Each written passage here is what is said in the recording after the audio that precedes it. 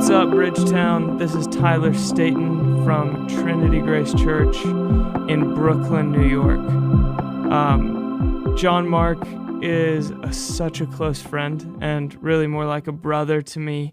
And so whether you know of us or not, you are family to us from across the country. And we are praying for you and standing with you in the midst of such a strange season. So much love to you from Brooklyn. There's an image that hangs above the little temporary desk that I've put in my bedroom, the space that serves as an at-home office for me temporarily during this time of isolation. And I asked a friend of mine to sketch it for me, who's an illustrator. And it is the Apostle Paul on his knees with his hands clasped in prayer as his elbows rest on a prison cot behind locked bars. Here's the line that inspired that. For this reason, I kneel before the Father. That's Ephesians chapter 3, verse 14. I know it doesn't seem like much, but this prayer he prays goes on to flow like poetry. I mean, it culminates in those famous words, now to him who is able to do immeasurably more than all we ask or imagine. It's got that wide-eyed kind of hope and floor-rattling faith all over it. But here's the thing. The place Paul's praying those words from is inside a prison cell. The place he was kneeling before the Father is alone in prison. So when you read this prayer, don't picture him at a mahogany desk with a feather-tipped pen in his hand. Picture him kneeling on a cold stone floor with chains around his ankles and his elbows resting on a cot in his tiny cell. And what I notice about Paul's prayers, at least compared to my own, is that my prayers are often based on human needs, and Paul's prayers are always based on heavenly resources. There will always be human needs. Those will never stop. Prayer request time will never, ever run out of material. But Paul's prayers aren't based on the needs around him. They're based on the God he's praying to. That's why his prayers never sound like, and God, please help great Aunt Barbara's upcoming surgery on her toe fungus. They always sound like, I pray that out of his glorious riches he may strengthen you with power through his Spirit in your inner being, so that Christ may dwell in your hearts through faith.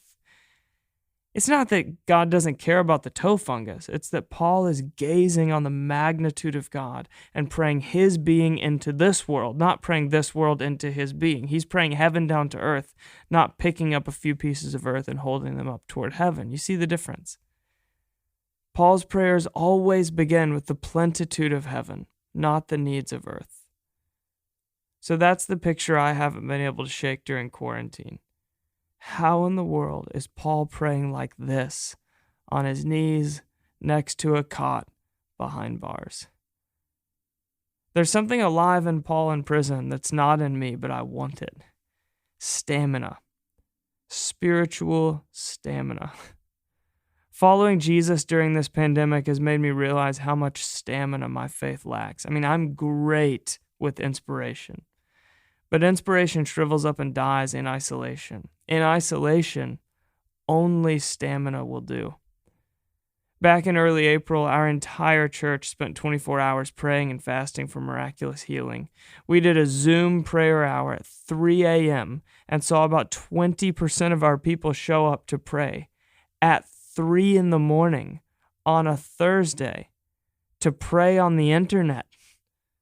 And now, who knows how many days later, I'm struggling just to pray with that same kind of faith during my waking hours. The need for us at the moment is this: don't get used to something God doesn't call good. Let me give you the quick theology of COVID-19 in the language of the Bible. It is evil. Let me say that a different way. COVID-19 is evil in the language of the Bible.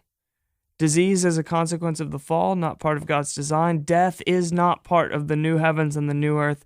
Isolation is a bad idea, according to God. Genesis opens with, "It is not good that man should be alone." And then at the other end of the Bible is Revelation, which ends in a worship service with no masks or social distancing, where every tribe and tongue is present. The current constraints on the church are not good. And so I think the temptation for us at the moment is just to stop contending. Just put your feet up, get comfortable here. It's not changing anytime soon, and just wait this thing out. But the need for us as followers of Jesus at the moment is don't get used to something God doesn't call good. And so the Spirit's invitation to me in the midst of all of this has been totally uninspiring and completely normal. Just keep showing up. That's how you build stamina. You just keep showing up. This is 1 Corinthians 9. Do you not know that in a race all the runners run, but only one gets the prize? Run in such a way as to get the prize. Everyone who competes in the games goes into strict training. They do it to get a crown that will not last, but we do it to get a crown that will last forever. Strict training. That's the uninspiring invitation to spiritual stamina. Because stamina happens when we train in the rain and the sun. You train when you get a full 8 hours of sleep and when you had a late night and wake up tired. You train when all you've eaten is brown rice and celery the day before and when you had Indian last night and it's not sitting well. Just keep showing up. That's how you train to win the prize. And every admirable biblical life of faith had stretches of barely hanging on. Abraham was promised to be the father of a heavenly nation, but then found himself living as a senior citizen without a child. David was anointed as king, but then forced to live for years as a fugitive. Peter, James, and John were leading prayer in the upper room for 49 days before they were finally clothed with power from on high on day 50. It's Paul waking up from a dream to the sound of the guard's prison keys, and it's another morning behind bars, rolling out of his cot onto his knees and praying again today to the one who's able to do immeasurably more than I can ask or imagine. And he's praying that way not because he's feeling inspired, but because when inspiration runs out, he refuses to admit who he's talking to. Stamina. Don't get used to something God doesn't call good. Here's how. Just keep showing up. You don't have to feel inspired. You don't have to have a breakthrough every day. Don't fake it. Just don't give in. Just keep showing up.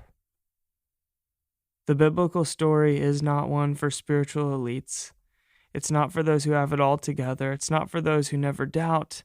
It's not for those who never lose faith. It's for those who are barely hanging on, but refuse to let go.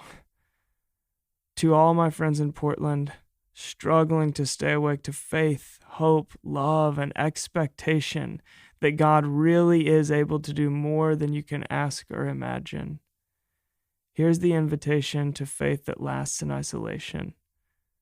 Just keep showing up.